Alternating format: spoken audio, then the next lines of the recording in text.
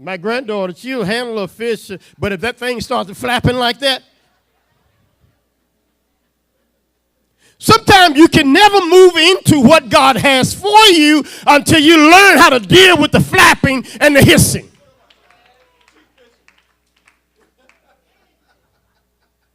You see, the thing is flapping and the thing is hissing because it's supposed to flap and it's supposed to hiss.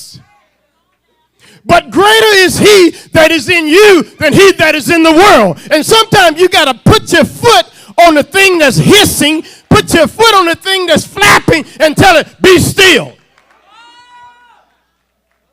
Come on, somebody. Tell somebody, I'm not running any longer.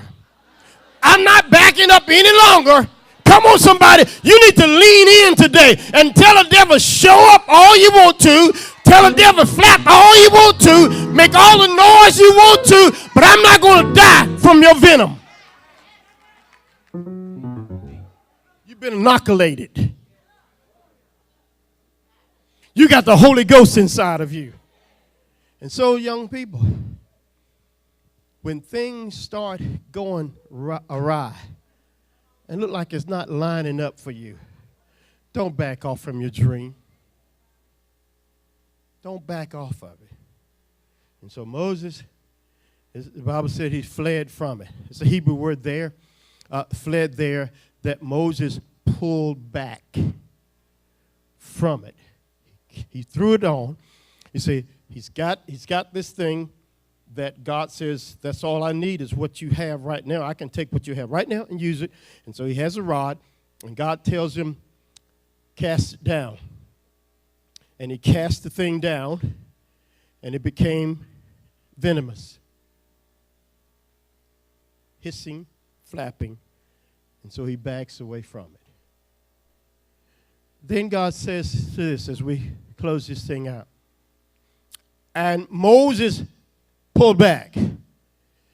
I don't know who I'm talking to here today, but this is the last day you're going to pull back.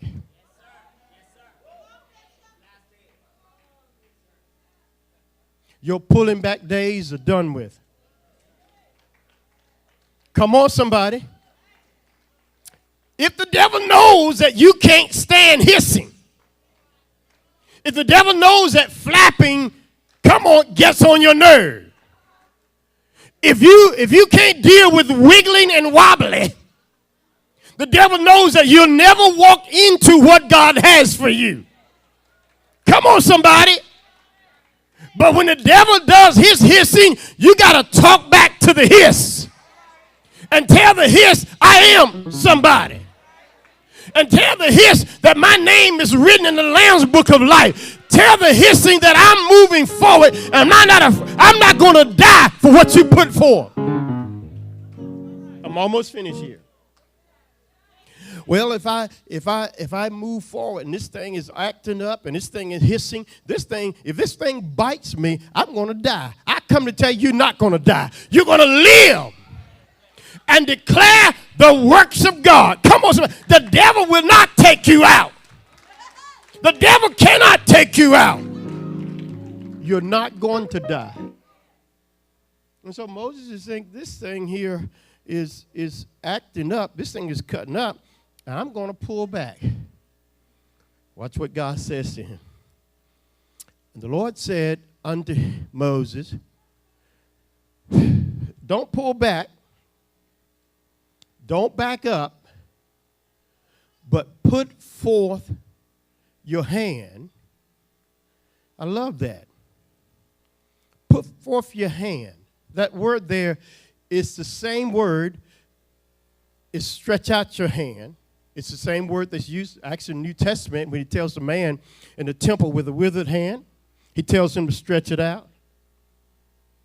It's the same word that Paul uses in Philippians 3 when he says, I have not arrived, but I am seizing or I am apprehending that God has apprehended me for. I'm pressing toward my goal. I'm seizing or I'm apprehending that's in front of me. And God tells him, look, Moses, don't pull back from this thing. And it turns into a serpent. And he says,